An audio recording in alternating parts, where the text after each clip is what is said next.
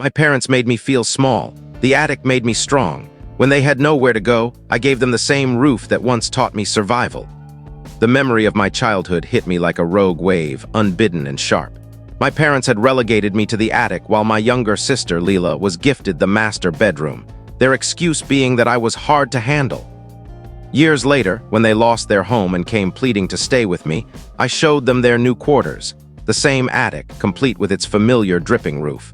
Life has a way of tossing old wounds back at you when you least expect it. I was sifting through real estate listings in my office when my phone vibrated with an unknown number. Normally, I'd let strange calls slide to voicemail, but something nudged me to answer. Maybe it was the nostalgia from driving through my old neighborhood for a property showing, or maybe just one of those odd twists of fate. "Evan, is that you?" My mother's voice hadn't changed in the decades since we last spoke. That same syrupy tone cloaking years of resentment. I leaned back in my chair, suddenly feeling like that 12-year-old boy again, clutching my belongings at the foot of the attic ladder. "It's me," I said, my voice steady, professional, like I'd use with a challenging client. "Thank heavens." Her relief was palpable, followed by what sounded like stifled sobs. "We're in trouble, sweetheart. We need your help. Father and we've lost the house." I shut my eyes, picturing the day they'd banished me to the attic. It was right after Leela, 2 years my junior, turned 10. Mom had gathered us in the living room, the one with the wide windows where she hosted her knitting circle. Dad sat in his worn armchair while Leela leaned against Mom's seat, her smirk barely hidden. "Evan, darling," Mom had said, her voice dripping with that same honeyed tone she'd just used on the phone. "Leela's growing up now, and she needs a proper space to become a young woman. We've decided she'll take the master bedroom and you'll move to the attic. It's actually quite spacious, you know. You should be thankful for the room." I remember standing there, staring at their faces. Dad's unyielding frown, Mom's rehearsed smile, Leela's barely concealed delight. The master bedroom had been mine since we moved into the house when I was 6. It wasn't the biggest room, that was my parents', but it had a private bathroom and a view of the garden I cherished. "What about your room?" I'd asked, looking at my parents. "Why can't Leela take that one?" "Don't be difficult, Evan," Dad had barked.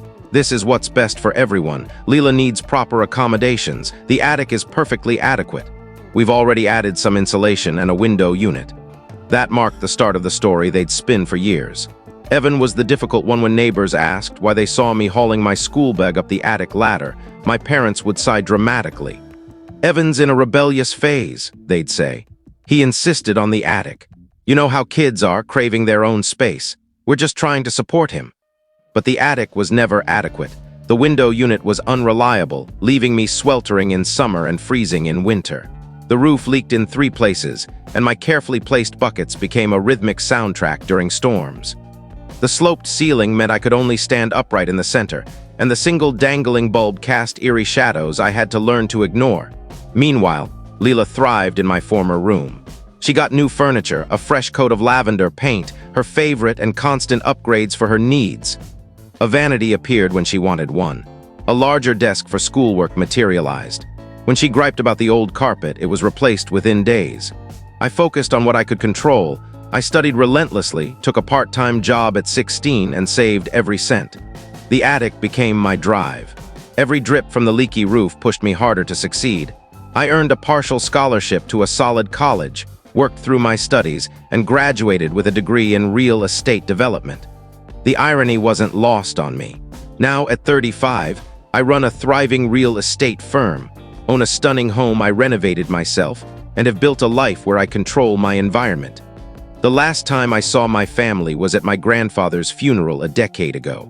Leela tried to lecture me about moving on, while Mom dropped hints about my success despite their choices. "The bank's taking the house," Mom continued on the phone, her voice breaking. "We've tried everything, but we need a place to stay, just for a little while. Leela's apartment is too small, and you have that big house all to yourself." I glanced around my office at the plaques on the wall, the photos of homes I'd helped families buy or sell. Success had been my quiet vengeance, but now life was offering something more tangible. "I do have a space," I said, surprised by my own calm. "It's larger than a standard room. You should appreciate the extra space." There was a pause. I wondered if she caught the echo of her own words from 23 years ago. "Oh, Evan, thank you," she said. "We knew we could rely on you. When can we?" "I'll send you the address," I interrupted. "Come by tomorrow at noon, I'll show you the room." I hung up before she could reply, staring at the attic in my own home. The one I'd planned to renovate this spring. It had the same leaks as my childhood attic, though I'd gotten a repair quote just last week. Funny how things align sometimes. I picked up my phone and canceled the repair order. Some leaks I decided were worth preserving. For now, update they arrived at 12:07 p.m. From my home office window, I watched Dad wrestle with their aging sedan, needing 3 tries to park it properly in my driveway. Time had worn them down. Mom's hair was fully gray, and Dad's once rigid posture sagged. Leela's sleek hybrid pulled in behind them.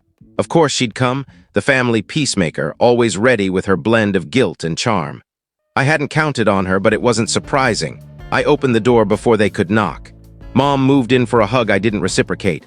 Her arms fell, her polished smile wavering. "Evan, this house is gorgeous," she said, smoothing her skirt, a nervous tick I remembered from childhood. "Thanks," I gestured inside. "Shoes by the door, please." Leela entered last, her expensive heels clicking on the hardwood. "Nice place, big brother," she said, her tone laced with that familiar mix of superiority and forced warmth. "Could use a feminine touch, though." I ignored her, leading them through the living room. Mom's eyes lingered on the guest room door as we passed, but I kept moving toward the back hallway. Dad cleared his throat. "Son, we're grateful for this. We won't be a burden just until we're back on our feet." "It's temporary," Mom added quickly. "We're already looking at apartments." The same phrases they'd used about the attic. Temporary, barely noticeable. Perfectly fine, I stopped at the pull-down attic ladder, grabbing the cord. "Your room's up here," I said, lowering the stairs. The hinges groaned. I'd left them unoiled for effect. The silence was thick. Leela broke it with a sharp laugh. "You're kidding, right? Mom and Dad can't stay in an attic. They're in their 60s. I turned to them. "The attic's perfectly adequate. I've added insulation and a window unit." Dad's own words, thrown back after 23 years. His face tightened with recognition. "Evan," Mom began, her voice slipping into that cloying tone. "Don't be unreasonable. We're your parents." "Unreasonable?" I echoed softly. "Like when I was 12 and you told Mrs. Carter I was in a phase while I hauled my bed upstairs like these." "That was different," Dad snapped. "You were a kid. We did what was best for the family." Now I'm an adult, deciding what's best for my home. The guest room's my office. The attic's what's available. Leela stepped closer, her cheeks red. "This is absurd. They lost their home, Evan. They need help, not some petty revenge plot." "You're right, Leela. They need help, and I'm providing it. The attic's larger than a standard room. They should appreciate the space." Mom paled as I repeated her words. Dad's hands balled into fists, then relaxed, a familiar sign of his restrained anger. "I'll show you up," I said, climbing the stairs. They creaked under my weight, another deliberate flaw. "Mind the ceiling. You'll figure out the low spots soon enough." The attic was a replica of my childhood prison. Slanted ceilings, a single bulb dangling from a cord, a finicky window unit I'd chosen for its unreliability. Buckets sat under the known leak points. "This is outrageous," Leela said from behind me. "Mom, Dad, you can't stay here. Come to my place. We'll sort something out." "Your one bedroom barely fits you," I noted. "Besides, you always said the attic was fine when we were kids. What's different now?" Mom surveyed the space, her hand at her throat. Dad stood stiffly, his jaw tight. They took in the water-stained ceiling, the uneven floor, the stuffy air despite the struggling unit. "There's a bathroom down the hall," I said. "You'll share it with any guests. The stairs are tricky at night, but you'll adapt." I did. "Evan," Mom's voice wavered, "please, we're your parents." "Yes, you are, and this is what's available, just like the attic was for me." I headed down. "Dinner's at 6 if you want to join or eat up here. I often did." Leela followed, grabbing my arm at the bottom. "This is cruel," she hissed. "They're not perfect, but they gave us a good life." "They gave you a good life," I corrected. "I got the attic, now they get to see what that was like." I pulled my arm free. "You're welcome to visit them. Maybe bring a vanity or a new desk for their growing needs." I walked away, leaving Leela glaring and the sound of footsteps overhead. The familiar creaks and groans of the attic floor echoed my teenage years. My late-night study sessions, my silent frustrations, my dreams of breaking free a loud thump, followed by Mom's soft oops, brought a faint smile. They were already meeting the low ceiling. Some lessons, it seems, are best learned firsthand. I settled into my office, the one with the garden view, and opened my laptop. Above, their footsteps shuffled as they explored their new space. A light rain started outside, and I waited for them to find the first leak. Some things, it turns out, come full circle. Final update: 3 months have passed since my parents moved into the attic. 3 months of them living the reality they forced on me, with one key difference. They're in their 60s, not 12. The first month went as expected. Mom tried to keep up appearances, acting like everything was fine when we crossed paths. Dad barely spoke, his ego bruised every time he had to duck under a beam. Leela visited often, bringing supplies and shooting me judgmental looks. But the second month brought surprises. A heatwave hit, and the temperamental window unit performed as poorly as I'd planned. One sweltering Tuesday, I found Dad tinkering with it, his shirt drenched. "Need a hand?" I asked, leaning against the attic doorframe. He muttered, wrestling with the dials. "How did you deal with this thing? It's like it's built to break." "I didn't deal. I sweated through my sheets every night that summer when I was 13. I paused, watching him struggle. "Like you are now." The next day, I overheard Mom on the phone with Leela complaining about a leak near their bed. "We have to shift the mattress every time it rains," she whispered, unaware how sound traveled through the vents, just like I'd once heard them dismiss my difficult phase. "Then leave," Leela snapped. "He's punishing you." "Where would we go?" Mom's voice broke. "The bankruptcy," I smirked, recalling how they'd told me to be grateful for my private space when I complained about the attic's conditions. Now they were caught in the same trap they'd set for me, financial desperation and pride. The turning point came during a fierce thunderstorm last week. The carefully preserved leaks became torrents. Around midnight, I heard them scrambling to place buckets, followed by Dad's muffled swearing after he bumped his head on a beam. I waited for Mom's familiar gasp, the one she made when her perfect world cracked, before climbing the stairs. The scene was as I'd envisioned. They stood amid buckets, water dripping steadily from 3 ceiling spots. Their bed was shoved awkwardly to avoid the worst leak, their belongings piled in the only dry corner. "Everything all right?" I asked, mimicking Mom's old check-ins during storms. They turned to me. In the dim glow of the single bulb, I saw exhaustion and defeat in their eyes. "Evan," Mom started, her voice shaking. "I think we need to talk about the leaks." I leaned against the frame. "They're not so bad, you get used to them." "No," she whispered, "about everything." Dad sank onto the bed, the springs groaning. "We were wrong," he said simply. The words lingered, mingling with the drip of water into buckets. "Were you?" I kept my tone even. "I thought the attic was adequate, more spacious than a regular room." Mom burst out, tears blending with the rainwater on her cheeks. "We know what we did. We didn't realize what it was like up here." 6 years, I said softly. "I lived here for 6 years while Leela got the master bedroom. 6 years of you telling people I was difficult when I mentioned the heat, the cold, the leaks." "Can't undo the past," Dad said, his voice heavy. "But this has shown us what we put you through. We were wrong, son. We're sorry." I studied them.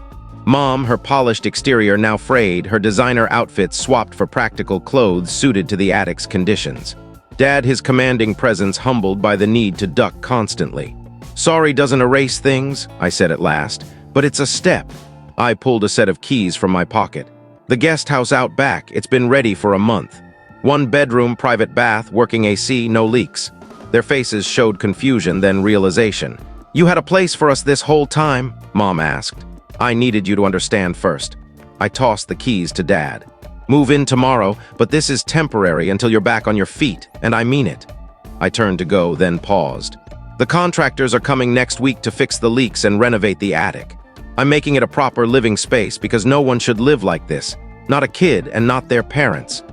I descended. I heard Mom's sobs, not her usual calculated tears, but the sound of someone grasping the weight of their mistakes. The next morning, Dad was already moving their things to the guest house, working quietly, nodding as I left for the office. When I returned, Leela's car was in the driveway. She waited in my kitchen, 2 mugs of coffee on the counter. "You had the guest house ready all along," she said, not asking. "Yes." "You wanted them to feel what you did." "Yes." She stirred her coffee, silent for a moment.